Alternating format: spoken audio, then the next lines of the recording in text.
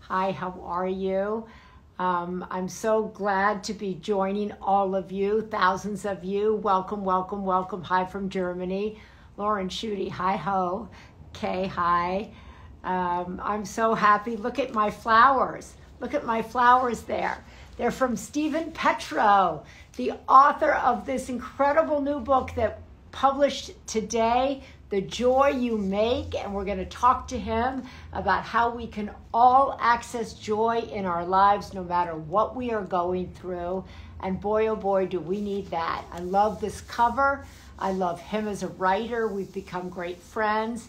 And he sent me these flowers, which touched me so. And I'm so glad to see all of you. Hi from Austin, Texas. I'm coming down there in a couple weeks to do a retreat with Hoda. So I hope she's announced that. Maybe she hasn't. Yikes, I don't know. Anyway, I'm so glad to see so many of you. Hi from Utah. Hi from Newport, Rhode Island. Hello from Las Vegas, the home of the Women's Alzheimer's Movement Prevention Center. I am back from my time with my family. It was wonderful. Hi from Ireland, top of the morning, top of the evening. I love that. And I'm so grateful to all of you and for all of you.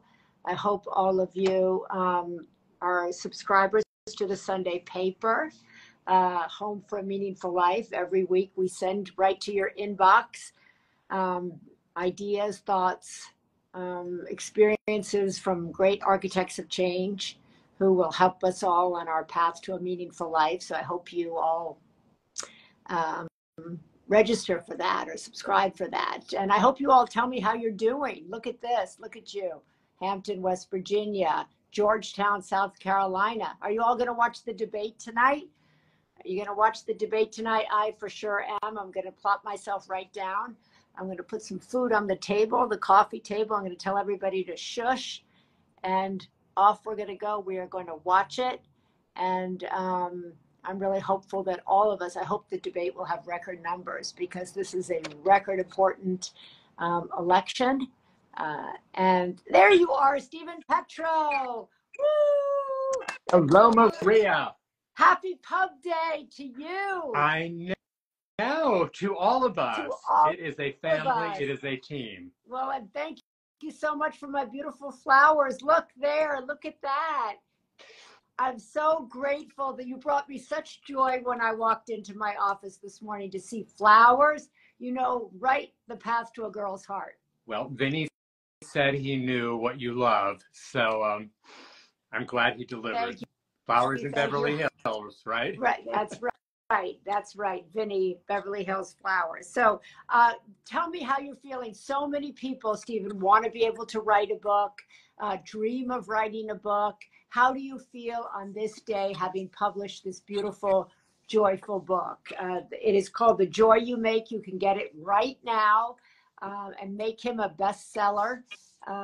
That's what our hope is. He has incredible blurbs on the back, and this is a book for our moment in time. How do you feel? You know, I have so many different emotions today. You know, obviously I feel joyful. I've been cultivating joy, you know, for about 2 years. I was looking at my gratitude journals, which we'll talk a little bit about. I've got like dozens of these, and I started writing this book on June 13th, 2022. So just 2 years ago. So, you know, I'm exuberant, I'm exhausted. I'm glad to finally have this conversation with you. And, you know, we can also talk, you know, my sister is a big character in this book, Yes. and she was diagnosed with ovarian cancer sort of early on in my search for joy and died last year. And she's been with me at every other book launch. So she's been very present in my heart today. And I've been thinking about her as well, Julie. So, talk to me a little bit about Julie, because people, when they go through a tragedy like you went through losing your sister, joy is the last thing on their mind. And so it's inconceivable to people that you could find joy in tragedy, in heartbreak. And, you know, I would have agreed with that, you know, 2 or 3 years ago myself. But what I saw was, first of all, Julie had this radiant spirit. She was married for 35 years, the mother of two. She always smiled. She smiled up until her last day, and she had this big, toothy smile. Um, but she kind of just absorbed everything and helped our family to come even closer. And that's where the joy began to really come forward. We didn't have those kind of opportunities before. You know, we were a busy family all over the country, but we set our intentions and we were present, and we were present really throughout her illness. And then when she died, the whole family was there together with her. And in a way, it was one of the most beautiful moments of my life, even though it was also the saddest. You know, just being able to give a gift to her as she was giving a gift back to all of us. I love how you talk, Stephen, about holding two conflicting emotions at the same time. I often talk to my kids about holding emotions throughout a day. You can cry in a day, you can laugh in a day, you can be angry in a day, you can practice forgiveness in a day. And that is really the art of life, right? Being able to understand how to hold these emotions. And then you spoke about intention, having joy as an intention. How can all of us have joy as our intention, even though it's a very intense time? Yeah. And so I'm going to answer that question. I'm not being, a government leader who's pivoting to something else, but I do, something about that from your interviews. Yeah. But I do want to say, thank you to you, because people ask me like, well, how did this book come to be? And, I wish I could say it was my idea. And I went to Maria Shriver with it. Well, I wrote a column in the Washington Post in the middle of the pandemic about finding joy in hard times. And it was the beginning of my own search. And I usually write to try to learn about myself. And then you read it and you called my literary agent, Richard Pine, and said, Stephen, is Stephen capable of writing a book about joy? Does Stephen want to write a book about joy? And, and I thought about it and I thought, this is such a gift, because I was going through this darkness. My parents had died that same year as Julie was diagnosed, and I was separated. So I needed to do this personally. And for me to do it as a book and to try to learn and then share with everybody else was icing on the cake. But I do want to say thank you to you, because you saw me and you heard me. And we've talked a lot in our conversations over the years about how we have come to see each other. And I think that is such an important thing that we're missing at this time. We're lonely, we're isolated, this loneliness epidemic. And so if we can practice the art of seeing, which we have certainly perfected, we're on our way. Now, I am going to come back to your question, because I promised. Well, I love that, because I think that it's such a powerful thing when someone feels seen, right? And I think we can grow up in famous families and not feel seen. We can have very big jobs and not feel seen. We can be in relationships and not feel seen. And then to feel seen is so fulfilling. It's so moving. It's so what love really is, right? And that each and every one of us is capable of seeing another human being. We're capable of, kind of delving in and trying to understand another human being, and having the intention to see and understand another human being. And the title of your piece was so interesting to me, because I think, we all go through hard times. Yes. And rarely do we know that joy is accessible in that as well. And so when you wrote that, I thought, wow, if we could all capture that, if we could all understand how to do that, those hard times would be a little less hard. The way I write about it, it's not like there's an answer or there's a secret sauce to experiencing joy. But I do start off with imagining my dad, who looms big in my life, like your dad looms big in your life. And he was an editor and a professor and a journalist. And he always, whenever I wrote something, he was like, I want you to define your terms. And he would call me Steve Areno. I don't know what your dad called you, but Maria. Maria, there you go, Maria. So I started off with trying to understand it, and I realized we don't understand what joy is in this culture. We kind of think it's the Big Bang, it's the 4th of July fireworks. And we don't understand the joy that lives in quieter times and quieter spaces. It's peace, it's delight, it's this connection, it's gratitude. It has a lot of different manifestations. And once we begin to understand what they are and how we can sort of live with them, then we experience more. And sometimes, if I'm having a bad day, or today I'm having a good day. And so I don't know if you can see this pin that I'm wearing. Can you see this over here? I can't, but you sent it. Stand up. There I am. Okay. I spent a lot of time trying to get the shot right, but I gave this pin to my mom when I was a teenager, and it's a cheap pin I found in Mexico, but that's not the point. We have so many photographs of us with her wearing that, and then when she died, before she died, she gave me this pin back. And so I wear it from time to time, especially on special occasions like today. And it ties me to the memories of my mom, which were really varied and joyful. We called her Shake and Bake. And, she was the only one in the family who was like, on our block in New York, who was like shake and bake and tater tots, very modern in the kitchen and working. But, we all have memories that we can go back to. And often that's where our joy is. And I do want to call out Jeff Warren, who is a meditation teacher, and he did a special meditation for retrieving memories. It's in the book, and it's also online. And I think that's in the chapter called the Joy of Doing Nothing. You also talk here, Stephen, about how cultivating joy, having that as an intention, is actually really good for your health.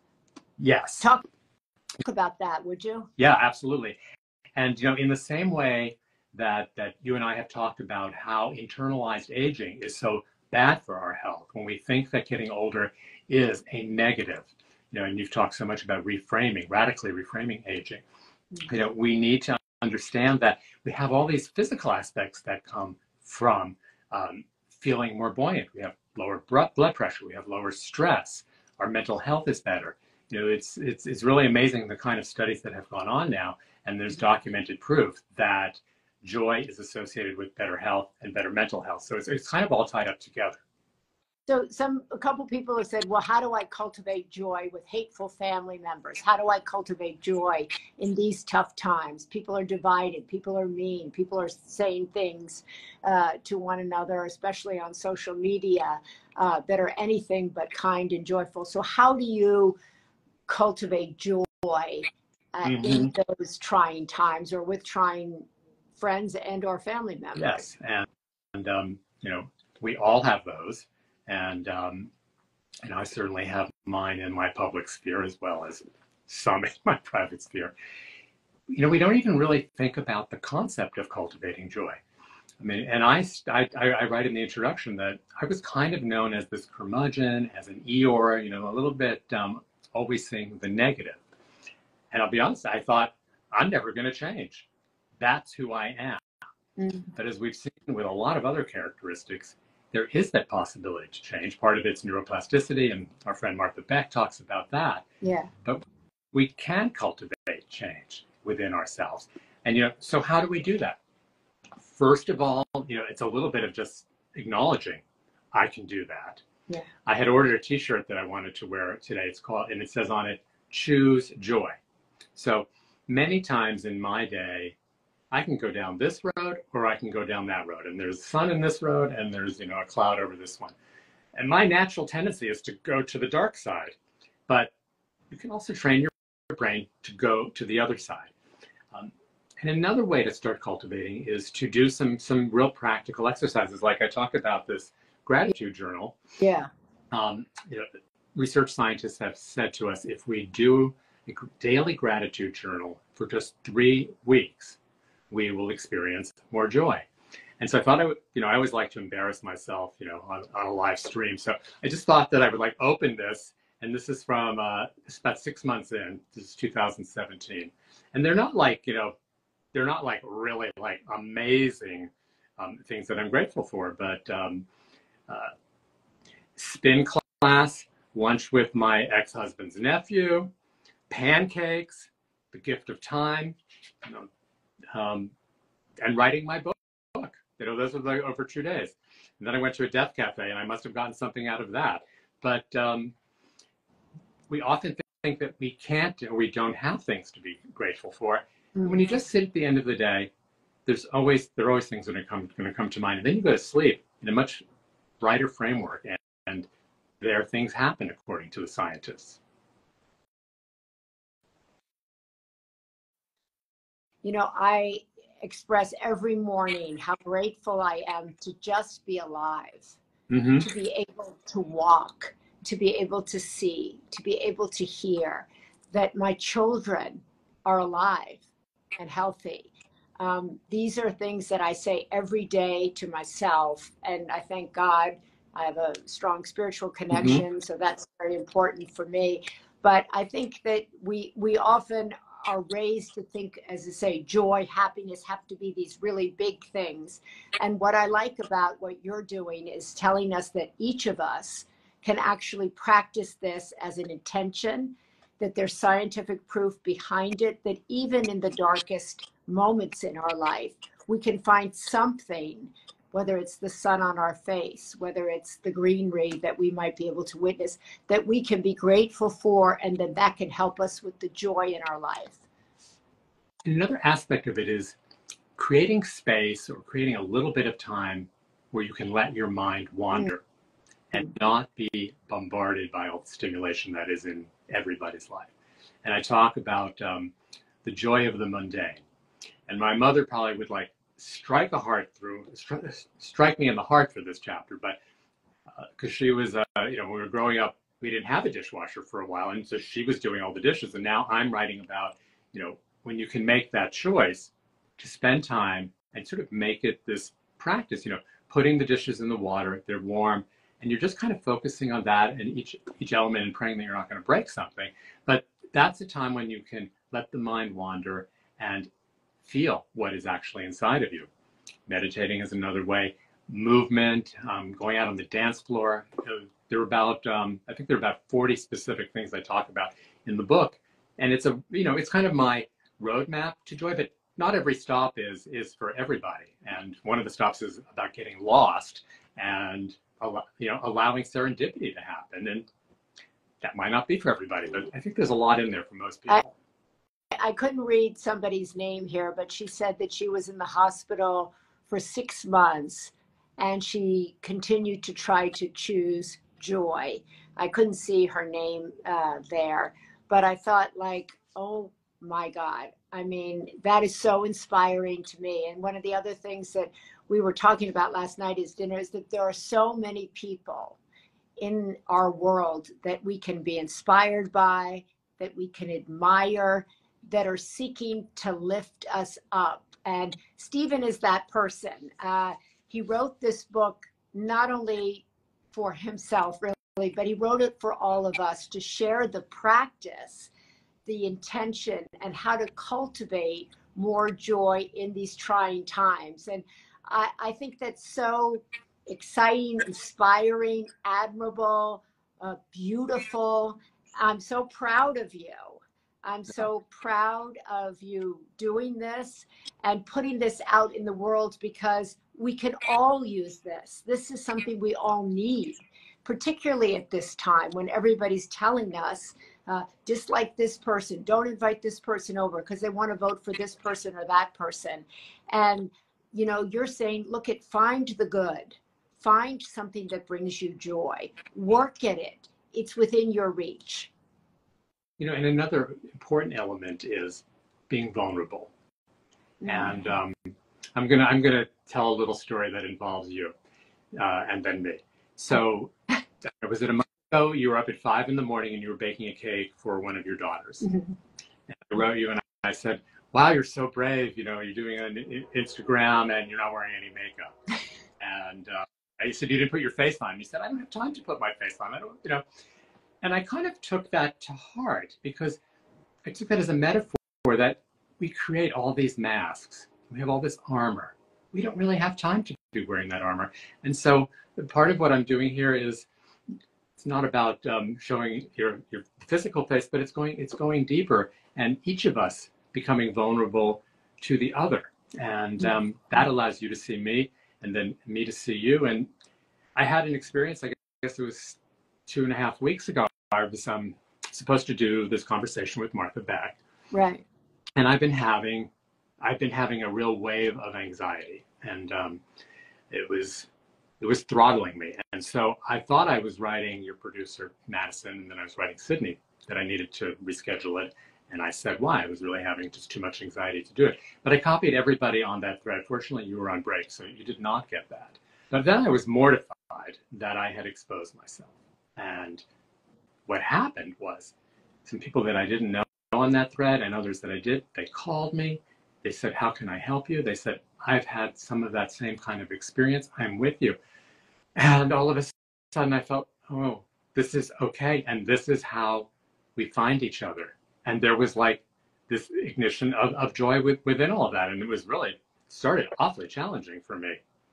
And you were speaking actually to the exact right person that you should have been, Martha Beck, who has a book coming out on anxiety. And what I thought was so beautiful about you sharing that is that it's scary to put a book out into the world. It's really a very naked feeling, right? You're vulnerable. You're putting out, and several people said, what is the name of the book? So the book is The Joy You Make. Find the silver linings even on your darkest days. Here is the book. You can see it in all its glory. It's so beautiful. We made it the first pick of Get Lit, the book club for the Sunday paper. The Joy You Make. This is Stephen Petrow's brand new book. It comes out today. I like that Stacy Keller, teacher, says, cannot wait to read it. This is a great book to share. I love that we're hearing a lot about joy in our politics at the moment, right? All of a sudden we're hearing about joy in politics, which is the last thing you've been hearing about, right? How about joy in business, joy in media? We don't hear that. And then here's Gary talking about panic attacks and anxiety. Mary saying, I need this book. Trees, there's so many people offering suggestions, and Hoda's on there. Can't wait. She's going to have you on her show. Hey, Hoda, you're going to have him on the show. That's so great. But anyway, and Hoda's all about joy. That's her word. Joy. I just, when I watch Hoda, her smile ignites the world, and her laugh. So thank you, Hoda.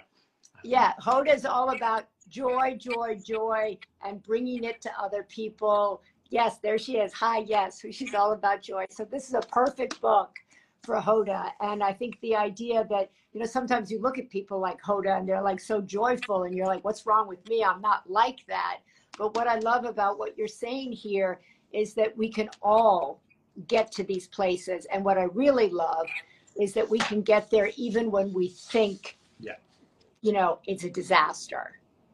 Yes. And when we think it's so dark, we actually can. And, I talked about some of the challenges I faced. Yeah. You've had challenges in your life. Every single person has had challenges. Sometimes they're grouped a little bit closer, but we don't get through this life without that. And it has been said that we cannot live without joy. And that was kind of the point that I got to when I was in my dark spot. Can I pivot for 1 second to politics? Yes, go ahead. It's the debate day, so we're all, I'm hoping everybody will watch the debate tonight, regardless. I think it's so important to vote. It's such a gift. It's a joy, really. You get a privilege to vote. So no excuse to sit this one out because it's razor thin. Yeah. So I talk in the book about the difference between happiness and joy. And I started off kind of, well, they're probably synonyms. They're not. The easiest way I explain it is happiness is like, here comes the mailman, and I did put my dog away in the other room, so we're not having an explosion. But happiness is like eating a Twinkie. You get this enormous sugar rush, and then you crash. Right. Joy is much more like eating a whole wheat muffin. You feel satiated for a much longer period of time, and content and filled. And that's part of the difference. And then, so the other thing about happiness is that is sort of jacked up by external things. I get a new job. I get a new car. I feel happy. And then that's gone like the Twinkie. So joy, though, is like a mile wide and a mile deep. And the aspect that I think is so related to what's happening in politics, it is about the connections. It is about you and me and we. Happiness is a solitary thing. And so that's why I think the Harris campaign, is hitting this chord among Americans. It might not even have to do with policy, but I think it has to do with feeling and this notion that we've been so isolated for so long that we need to find ways to see each other and come together. And that means really jumping on the joy bandwagon. So I really appreciate what they're trying to do with that without being specifically partisan. Well, I appreciate what you're trying to do with this book, and you're going to go on a joy tour for this book, and you're going to make it your mission to make sure people understand the science of joy, the benefits of joy. The joy is not a soft thing. I think it's really important. Joy is good for your heart. It's good for your soul. If you're a parent, it's good for your family. If you're a caregiver or caretaker, as so many millions of people are, it's good for that experience. If you're a political leader, it's good. If you're a leader in your office, there is no downside to having joy in your life. And waking up and just sitting by yourself, if you're that lucky to have a moment of solitude to yourself and being able to experience joy and being alive and being where you are, is such a gift. And I think Stephen's book, his prescriptions, the way he's laid it out, and really his life, and seeing that he was able to learn how to access it in his darkest days, is really a roadmap. It's a roadmap for all of us who want more joy, who want to feel that we're a part of this joy bandwagon, joy tour, and that we want it in our life. And we don't need somebody else to do it for us. We can do it ourselves. We have to do it for ourselves. I like that. Susan said joy as a lifestyle. I love that, Susan. Very good. Very good. So you can get the book right now. Today is pub day for Stephen. Joy is a Choice. Very good. Penguin Random House open field book. It's a beautiful cover. It's a prescriptive for however you're feeling, no matter if you're even in a really dark moment. I love that you invoked your sister in our conversation, who's very much with you. And I love that she brought your family together. So many families, Stephen, are separated or broken apart today. And it takes one person to have that as an intention to bring them back together. And I love that you were all able to come together, even through her death and then through her life. And that brings me great joy. Well, you have given me great joy. And yesterday or the day before, I write about some different kinds of joy. And one of them is Schadenfreude, which is the joy we take when someone fails or they have a terrible vacation, they didn't get the promotion, we're secretly happy. That's a bad joy. But there's Freudenfreude, which is when we take joy in someone else's success. And I was so happy to see that your son Patrick and Abby, they were named the ambassadors for Tommy, and you were just exuberant about that and happy for them. And then you took it, to the next level. You're happy for their love, for their lives, for your family, and that is like the classic example of Freudenfreude, which is infectious. Joy is infectious, and so we need to think about that. How are we receiving it, and how can we pass it along? So thank you for that. Well, thank you. You bring great joy, and I'm really happy for you. I'm really, really happy, and I hope all of you will support Stephen and his joy mission. I hope you'll buy his book. I hope you'll gift his book. It's beautiful. I think it's better than bringing a bottle of wine to someone's house. Bring this. It matches all the Mosh Bar colors too, by the way. What a coincidence. What a coincidence. Stephen Petrow, the book is The Joy You Make. Stephen, thank you. You can go to become a member of Get Lit. You can read an excerpt of his book, which is really beautiful. You can watch the Writer to Writer talk he did with Martha Beck. There's a lot of Stephen around, so you can consume him however you choose, and you can read him in the Washington Post or in the Sunday paper, wherever you want. God bless you, Stephen. Congratulations. Bravo. Thank you. Bravo, bravo. Thank you, Maria Shriver. It's a pleasure. Amen. And thank you to all of you for Yes. joining. Don't forget to watch the debate tonight, and do not forget to vote. Do not forget to vote. If you're traveling, if you're out of state, if you just went to college, don't forget to vote. Thank you all so much.